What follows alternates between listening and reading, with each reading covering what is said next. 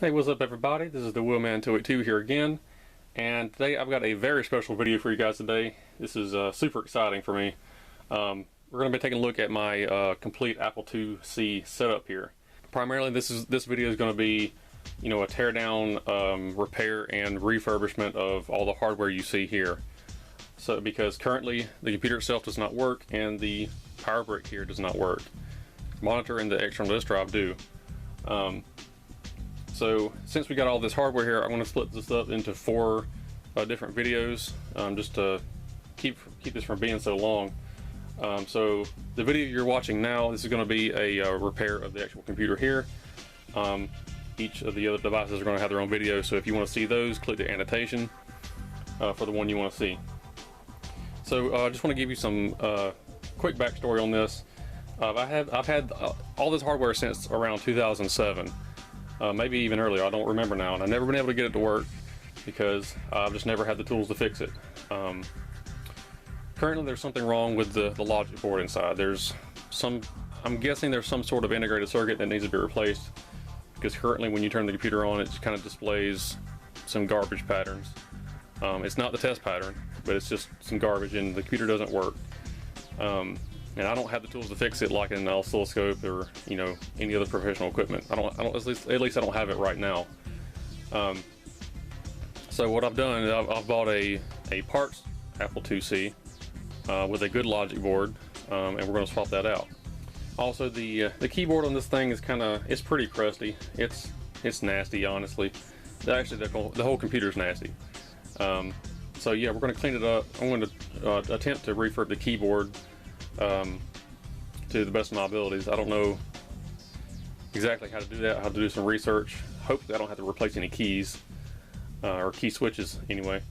But otherwise, I've actually never used the computer because, you know, it doesn't work. I honestly don't know if the disk drive works. I don't know if the keyboard works. So yeah, there's that. Anyway, let's go ahead and get on into it. Let's go ahead and take the computer apart and check it out. Okay, so real quickly, let's take a look at the tools I'll be using to fix the Apple II, just the computer itself. So what actually we're going to be doing, since we're fixing just the computer and since we're doing a main board swap, there's not a lot of tools required for this. So basically I'll just be using a number 1 and number 2 screwdriver, a little mini flathead screwdriver for maybe prying some things, maybe the case or something like that. And then there's an awl or poking tool just to help maneuver around anything I need. Next, I am going to be trying to clean the keyboard and restore the contacts in there. So I've just got some contact cleaner right here.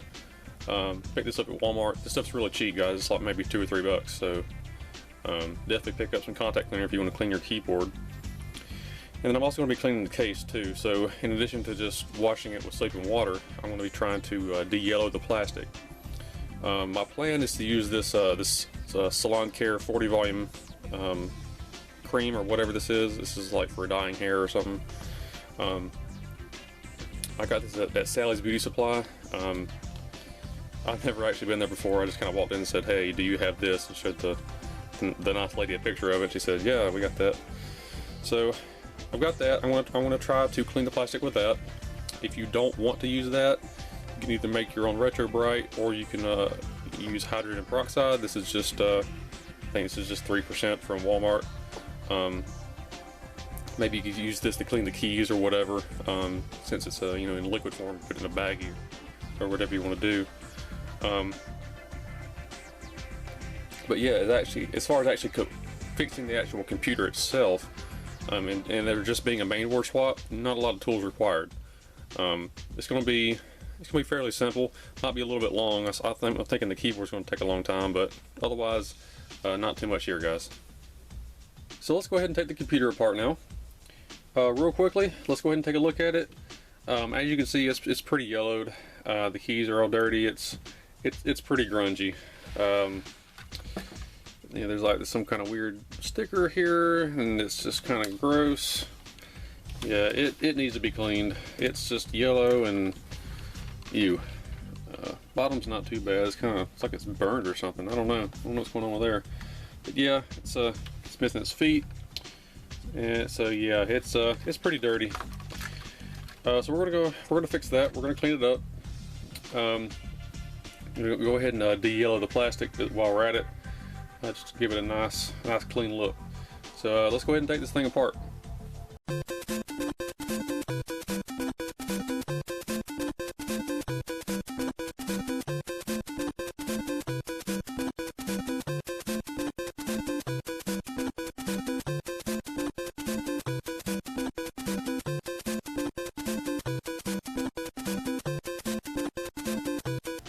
So, I believe the back of this comes off first. There's a couple of different models of this case. This back bezel here is actually detachable from the top on this model. On newer models, it's not. It's actually built in, so it might be different for yours if you're following along. But we should be able to snap the back of this off somehow, and it'll come off. It looks like on this one it actually came off from the front. I've always seen them come off from the back, but maybe this one's just really old or something. I don't know. Anyway, so yeah. So as you can see here, this isn't actually broken. It just snaps on and off. On other models, it doesn't do that. So interesting. So we got some little tabs here where the two bat screws screw in. We also have like a sheet or a mesh of some sort of, I don't know, it's not a plastic film, it's more like a plastic mesh or something. It's glued in, so you could not take that out. So there's that. Got our little, LED things there. There's a clip here on the front, so that's what's holding the front on. Maybe mine's, no, it's not broken. Maybe it's just weak or something. Anyway, so yeah, the case is pretty nasty and yellow. And here we have the inside. So there's our handle that just kind of slides out. Alright, so the keyboard actually comes out first. So we just lift it off from the front, pull it out of the, kind of slots into the disk drive here, and you can either fold that over or you can unplug it. But as you can see here, we can see some of the main components. I'm just going to go ahead and unplug this keyboard here. Alright, there it goes. There's a keyboard. And we took the screws out of the disk drive, so that'll just pull out like that. And then we have a ribbon cable here where we can unplug that.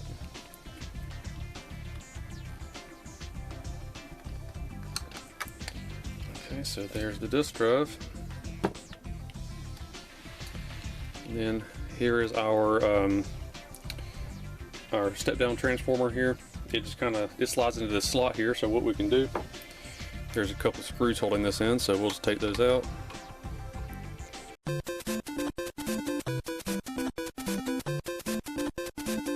There we go.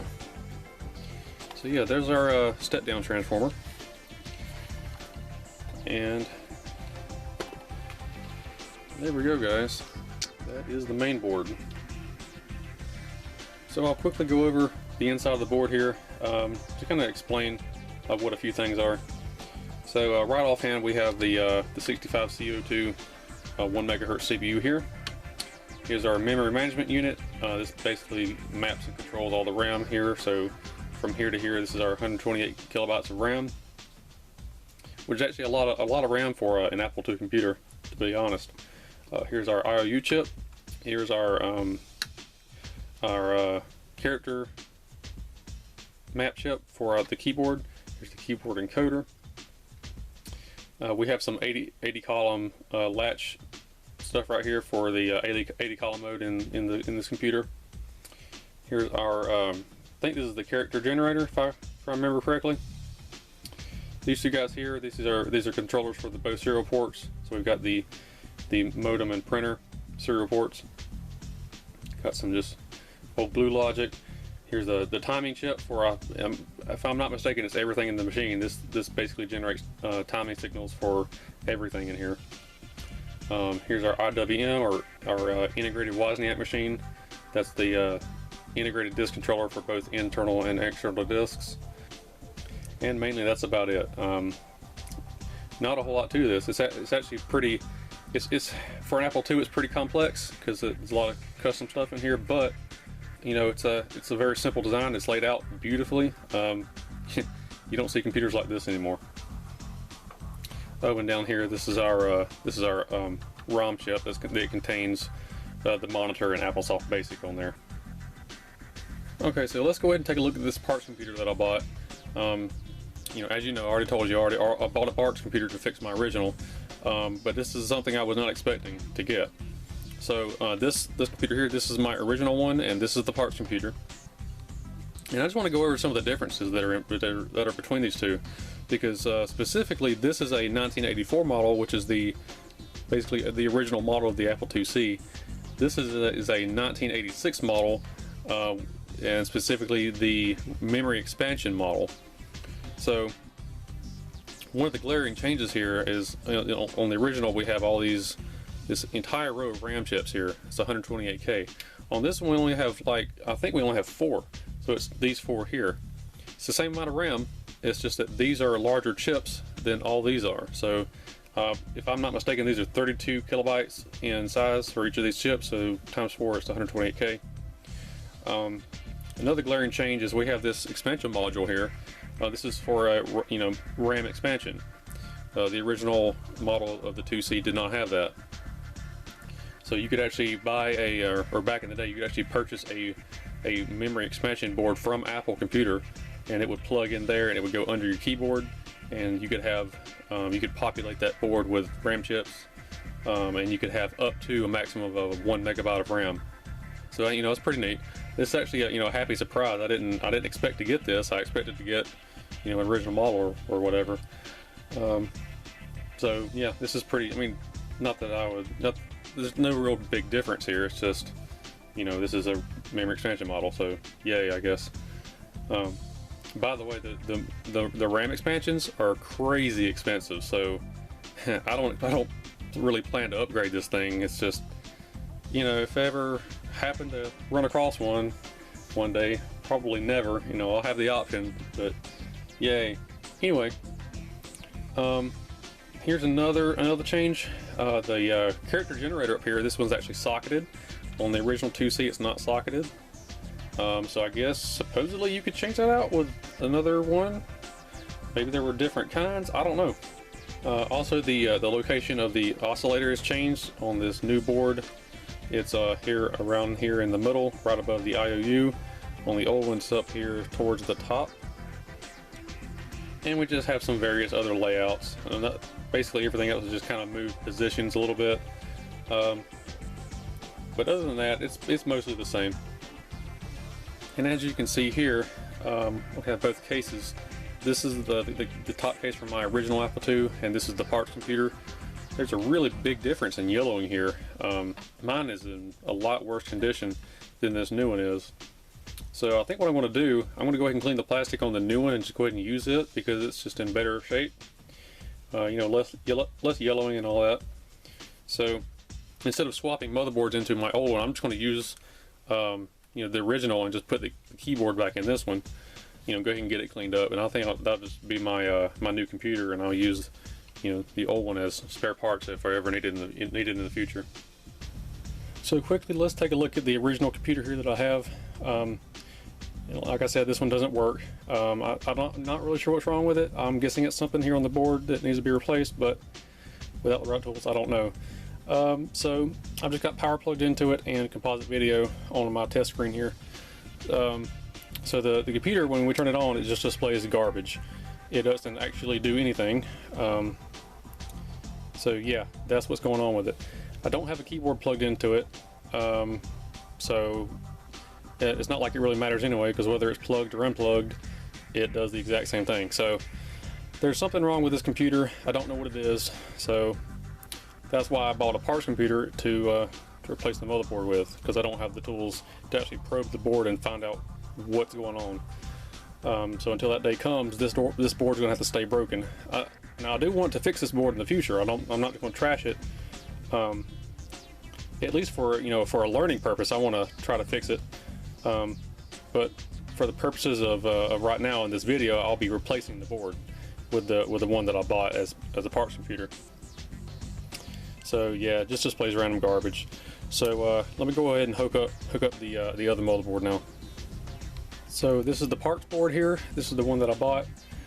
So again, same setup, just power and composite video. Don't have the keyboard plugged in, and you'll see why in a minute. So if I just turn this guy on, it gives us the beep and it gives us the test pattern. So the test pattern comes on when you don't have the keyboard plugged in. That's just by default. And after about 30 seconds or so, it'll start beeping and it'll start over.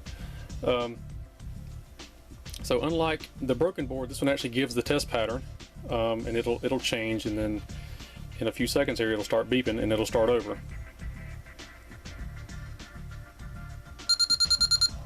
There we go.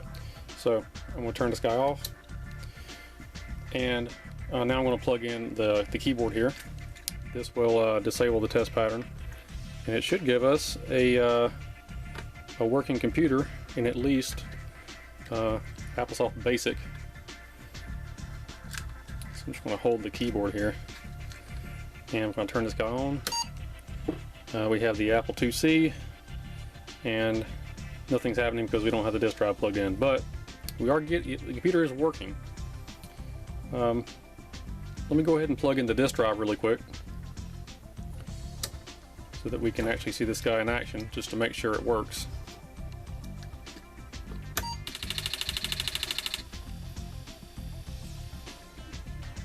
Okay, awesome. So there. The computer works, so that's good. Real quickly, just to test it, I guess, I'll just run a quick program. So if I press Control Reset, we get a basic prompt. So if I go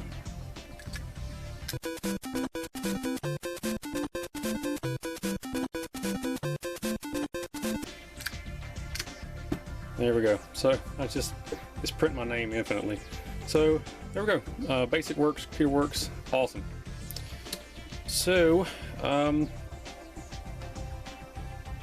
before we actually start assembling the thing, I'm going to go in and clean the disk drive, the head, and blow out any dust here or anything like that. You know, just to make sure that the disk drive is in good shape. And we'll go ahead and put it back together. So let's go ahead and get into it. Now I want to take a minute and talk about the internal disk drive here.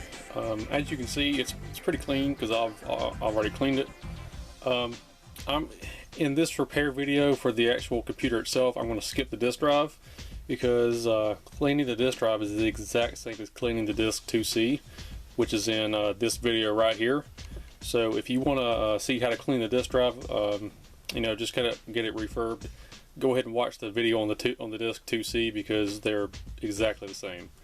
It's just that the external drive is in a housing and this one's not. So otherwise, it's the exact same mechanical procedure for disassembling and cleaning it. So yeah, if you want to refurb your disk drive, just go ahead and watch that video.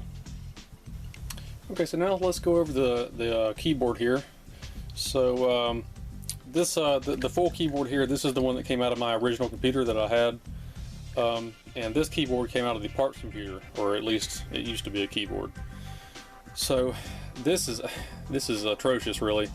When I bought the computer on eBay, the description said it didn't have a keyboard, and you know, that was fine. I had a keyboard in my old one. I didn't really need one, you know, an extra one. So I just went ahead and bought it. It's okay if it didn't have a keyboard. Well, when I got it, it did have a keyboard, because this is it. It's just that almost all the switches are missing, because the circuit board is still there.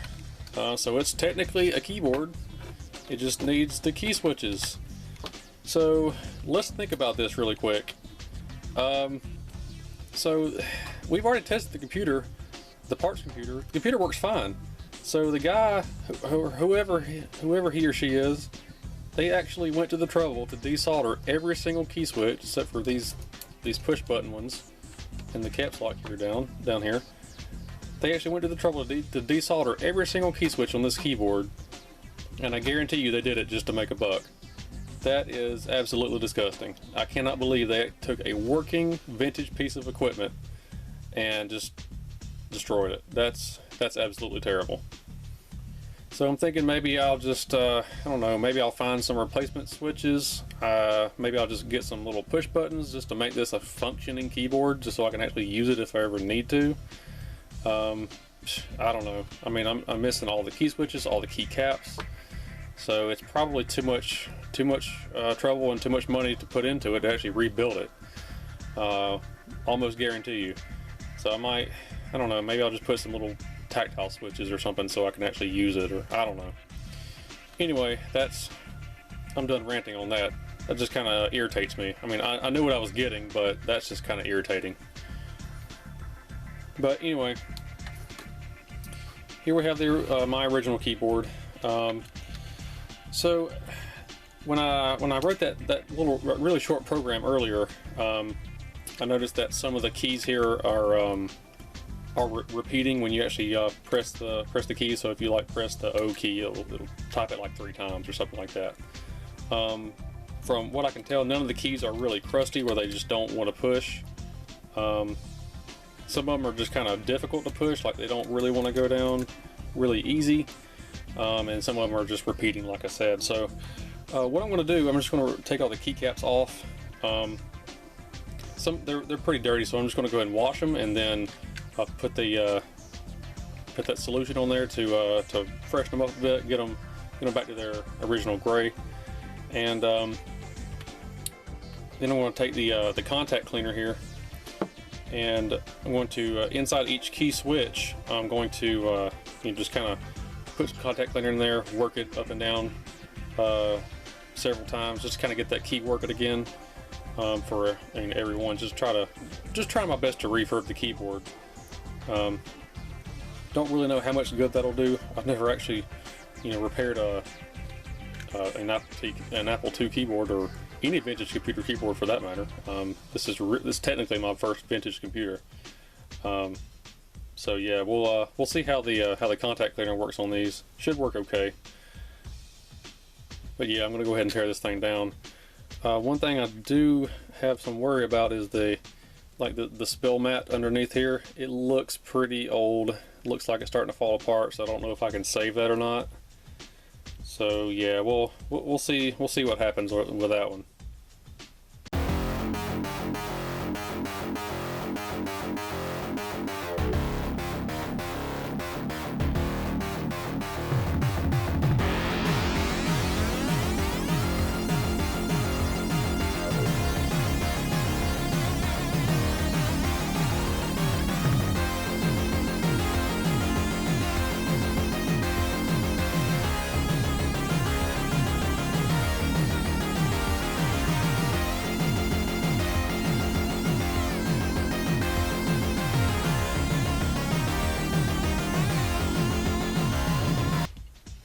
Okay, so there we go. All the keys are off.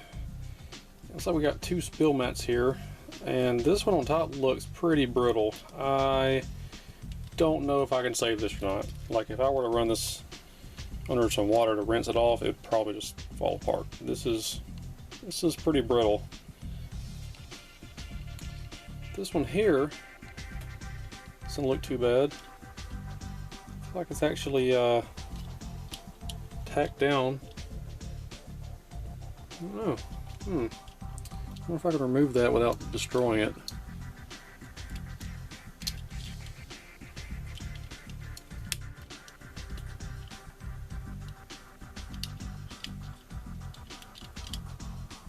Okay.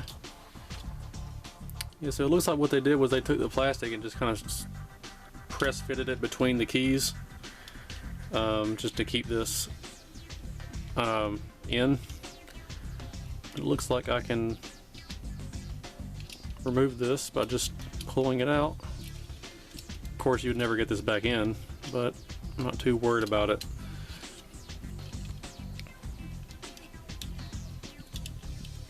Okay. So there's a.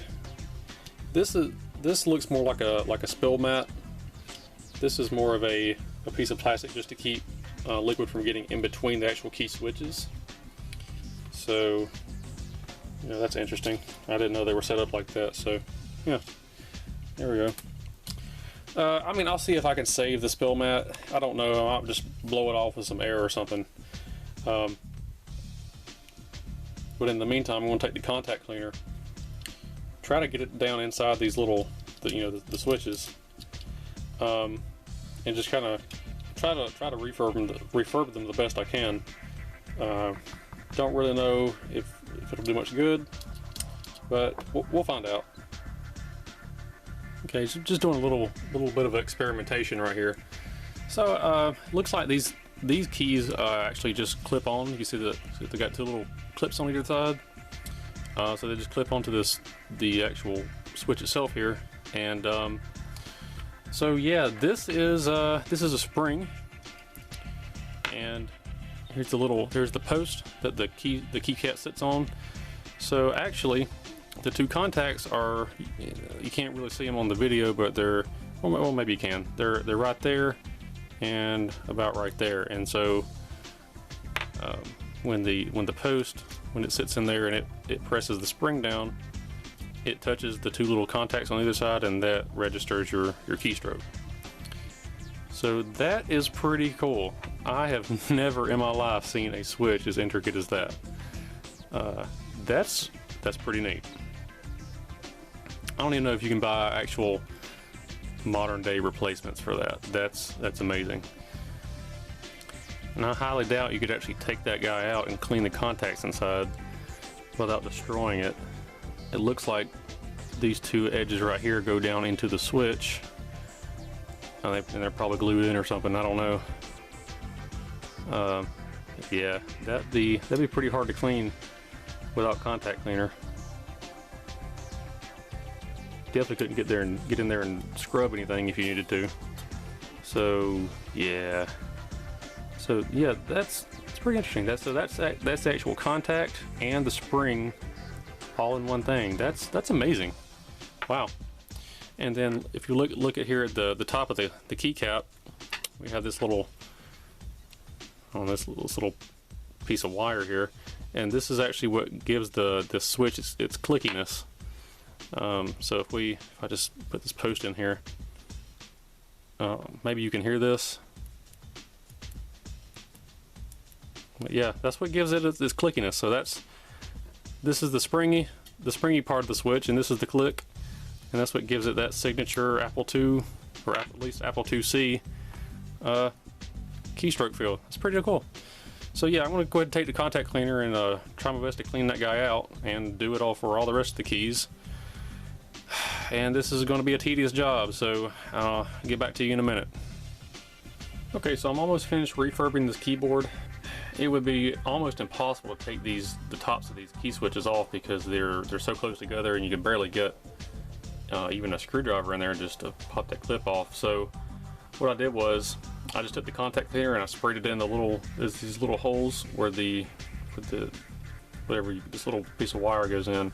And with the problem keys, while I was spraying it in there, I just worked the key up and down a lot, and that eventually fixed the issue.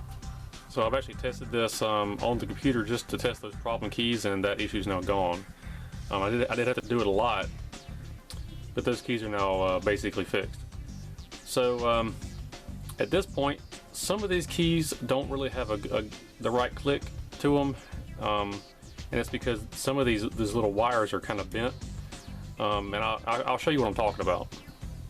So here we're looking at this is the key switch for the space bar, and you notice this little wire here. So again, the wire creates the click feeling, and it creates the click sound when you actually press the key post down. So basically, the key post basically rubs on the wire, and it's just what creates the click. So when I press down this key switch, pay attention to the wires on both sides. They actually don't move. You see that? So the click effect on the spacebar is gone because this wire is too stretched out, and what we need to do is we need to remove that and basically stretch it back to its original shape. So I'm just going to grab this guy here and remove it. Like that. So you can see there, it's I mean, apparently that's too stretched out. So what we can do, we can just kind of push it in a little bit.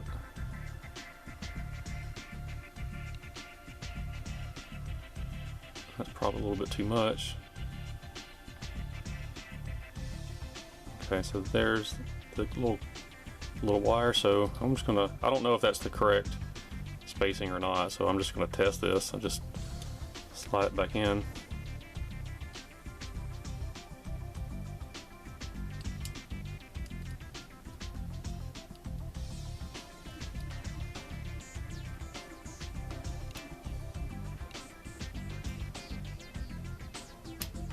Okay, so that's clipped back in, and let's test it now.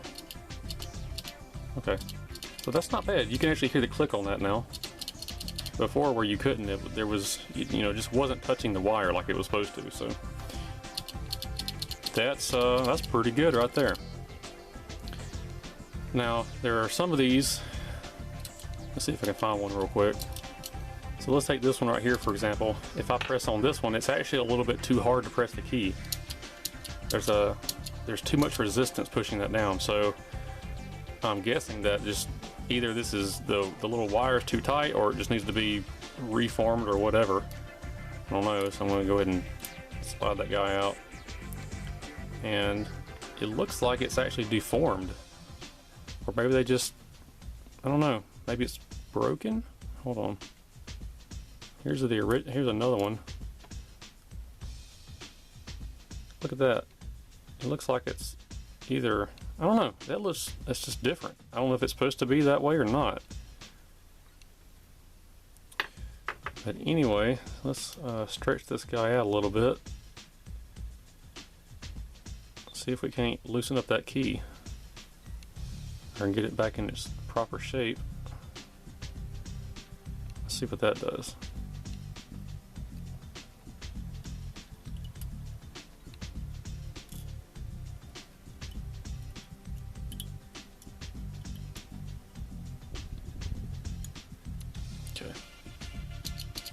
There we go. That's pretty good.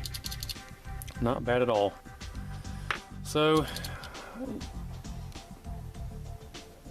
actually, now that I look at it, it looks like all these key switches up here on this top row are the exact same as, or they have the exact same wire as this one. So maybe that's by design. I don't know. Again, because some of these are just they're shaped differently. So I don't know. I'm not really an Apple computer aficionado, so I couldn't say for sure. But yeah. So yeah, you can actually change the feel of the click on these keys by adjusting the little wires. So if you just have no click at all, or if the click is a little bit too hard, you can adjust that. And they're sometimes a pain to get back in there. There we go. Okay, so yeah, just some information on that. Don't really know how useful that'll be to anyone, but just an FYI, really. You can actually, I guess, refurbish these keys with contact cleaner, and you can actually change the feel of the click by adjusting the little wire here if you need to. Alright, so now it's time to reassemble the case. I just finished up the keyboard, got it put back together, so we're just ready to reassemble now. So I got all the plastic whitened out now, and before I actually begin the assembly, I want to go over a few points that I've learned along the way. So on the plastics, there are some caveats you need to watch out for. On the bottom of the actual, I guess the bottom of the computer here, we have the rubber feet. If you decide to use that peroxide treatment that I was showing earlier, the Salon Care, whatever it's called, try not to get it on the feet because it makes the feet really sticky.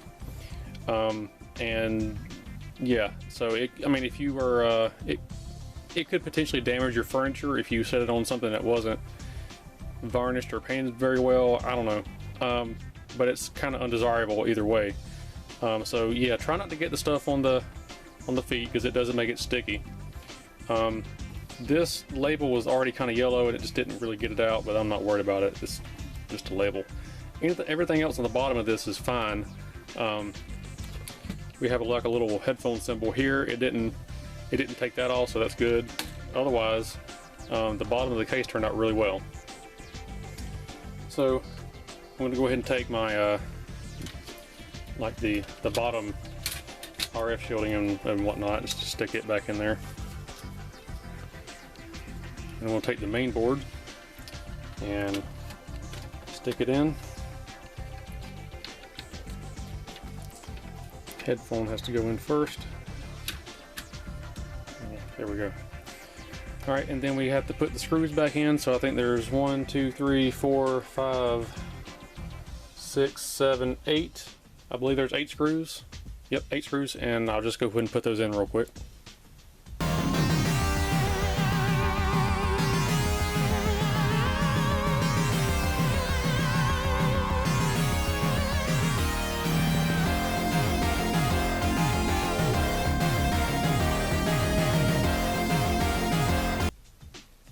Alright, so there's that. Next we need to put the speaker back in. There's no easy way to get this in or out. It just kind of pops in. A small flathead screwdriver will help you out here. So as gently as possible, I'm going to try to slide this thing or clip this thing back in. Trying to find the easiest way to do this. Alright, I finally got the speaker back in. That thing is really difficult to get in. That's probably the hardest part of this entire project. Good gosh. Anyway, now time to install our little power supply box here. So we're just going to slide that guy in, and we'll go ahead and put in the 2 screws here.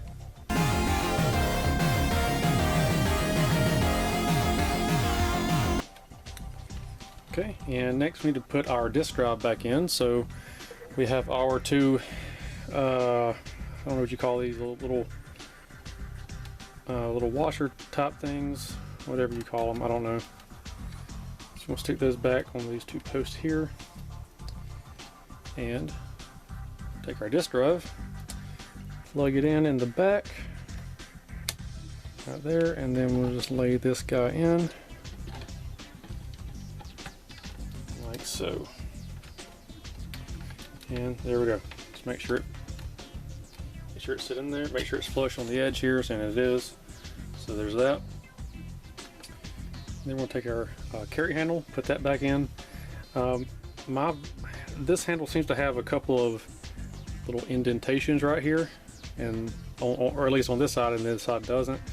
So I don't know if that's really important, but I assume that's kind of where the kickstand effect comes in. So where you fold it down and it lifts the computer up. I suspect that's where it's designed to touch the bottom of the case.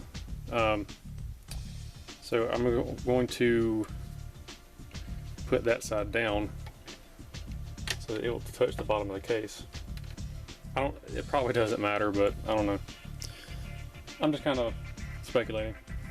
And then we need to install our keyboard. So I finished up the keyboard, and here it is. So I'm not really pleased with the outcome of this, and I'll explain. So I used that Salon Care stuff on the keys, on all the keys here, and I think it did more harm than good, honestly. It didn't really get rid of the yellowing. I mean, it kind of did, but it didn't do a great job. And it took the black away from the keys, so now all the letters are kind of like a gray instead of a black now, and it's a little bit hard to see the characters.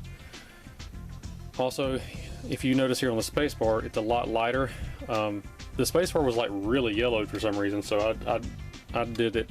I put the stuff on it twice, and I put it out in the sun twice to try to get it more white, and it turned out white, but it just doesn't look right. It looks kind of marbled for some reason. I don't know why. In retrospect, I probably should have just put all the keys in a plastic baggie with just some 3% peroxide, like you get at Walmart or wherever. That may have done better. It may have prevented the lettering from coming off, or at least as much. And I don't, maybe you can see this on camera, maybe you can't, but the keys are still kind of yellow on top. The edges aren't bad. The edges are actually, you know, nice and gray, but the keys are still yellow on top, and that it just didn't turn out the way I wanted. So to prevent the lettering from completely just coming off, or that's my speculation anyway, I'm just going to leave it the way it is. I'll just have some yellow keys. I'm not going to risk the lettering coming off. So yeah, don't do what I did. I would say try it with just 3% peroxide in a plastic baggie and set it out in the sun. I would not recommend going with that Salon Care stuff, at least on the keys. But at any rate, we're going to go ahead and plug this guy back in.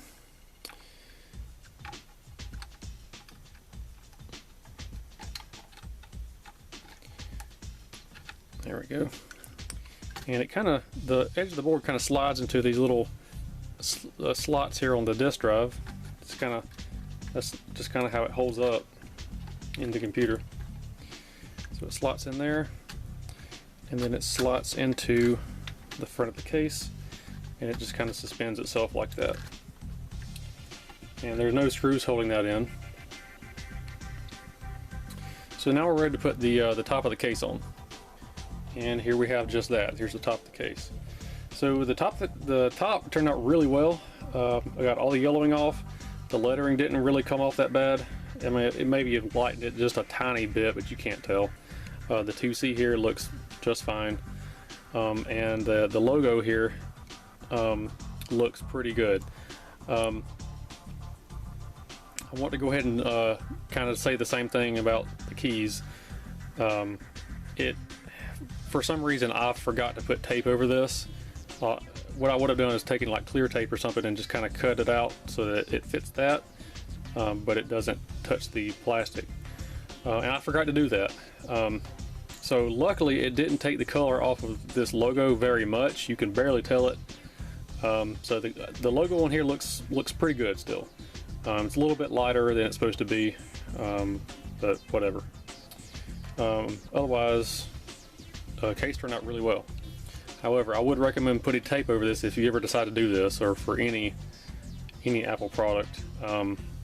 Put tape over the emblem so that you don't get that Salon Care stuff on it, because I forgot to do that both on the Disc 2C and the monitor, and it kind of ruined the logo.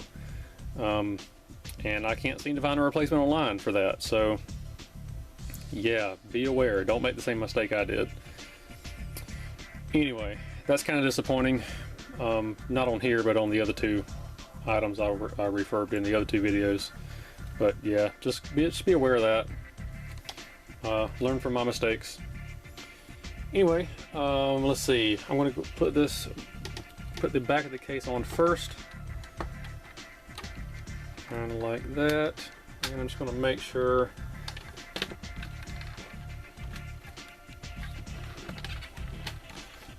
that this is lined up and everything. Sometimes you have to adjust the power switch to make it fit, and it should kind of snap in. Okay.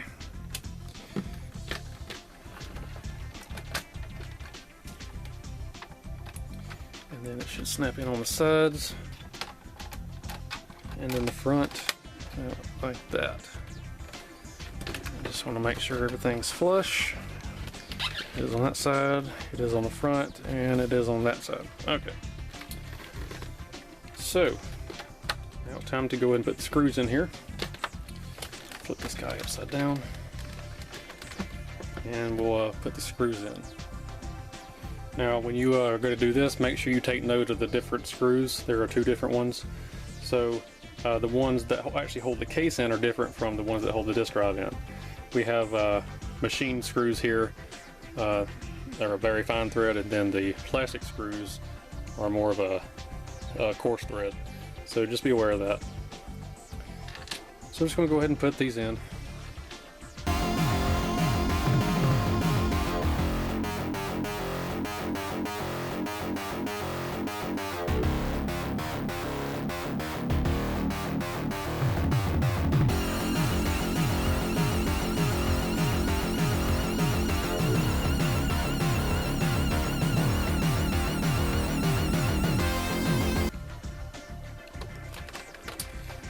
Alright guys, and there we go. There is our Apple IIc all put back together. And it's looking pretty good. It's all nice and pearly white now.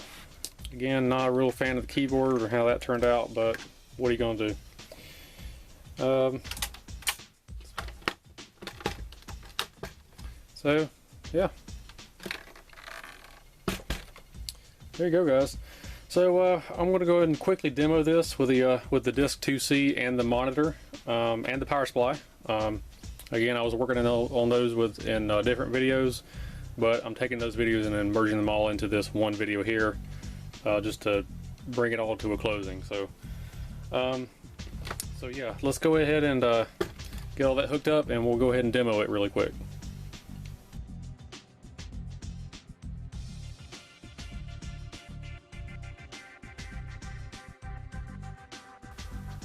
Alright everybody, so I'm back here with everything finished and put back together, and I just want to demo it a little bit just to finish up the video here. So, you know, I've cleaned up the monitor, I've calibrated the monitor as best I could, fixed the computer, and I've also cleaned the disk drive here. And if you see back here, we have the power brick that I've also fixed there. So everything's running good. So I'll just kind of demo it a little bit. I want to demo the computer itself, the monitor, and the disk drive, just to kind of show you how everything works.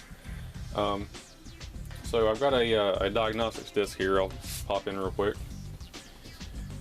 and this will let me test the display. Turn this guy on.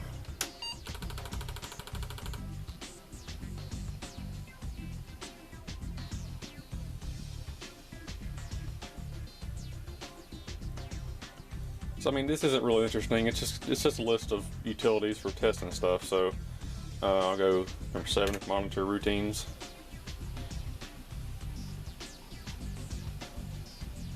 And let's see. We'll just go monitor routines.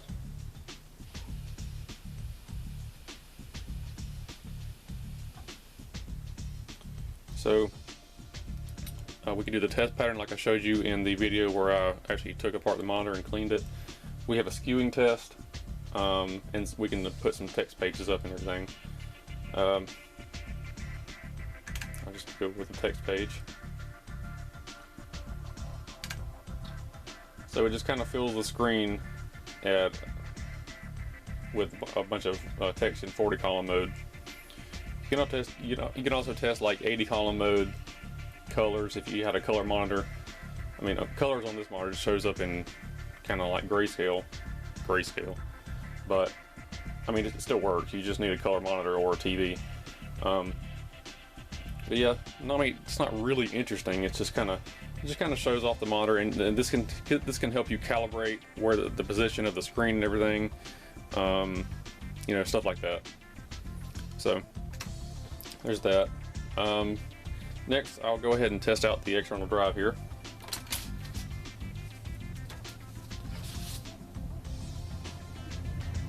So I actually have an Apple Utilities disk here. I'll pop in, and it's just a random disk that I'll stick in the external drive here. Soft reset.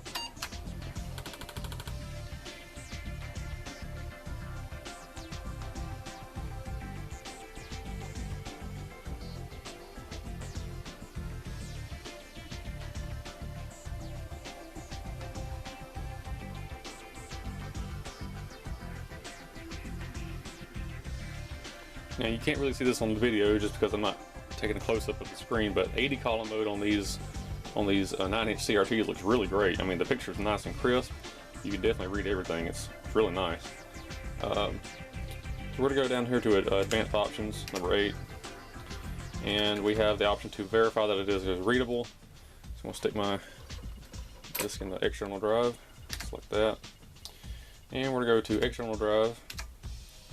And you see the lights lit up right there, and it's just verifying it.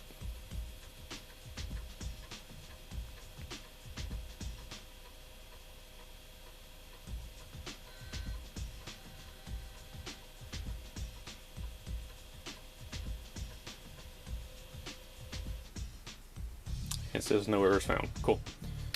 So that's it, guys. I'm probably going to make another video where I demo some software on this thing. I just don't really have any software on the floppies right now, so I'll probably end up using ADT Pro to bootstrap some software, or maybe copy some to a blank floppy if I can find some. But yeah, I mean, the computer works great now. I just had to do a little cleanup and some fixes of a few things, and it's a great working computer. I've had this thing since like 2006, 2007, and I'm just not getting it fixed because, you know, I finally found a motherboard for the thing. So that's it, guys. I hope you enjoyed the video. I hope you learned something, and I appreciate you guys watching, and take care.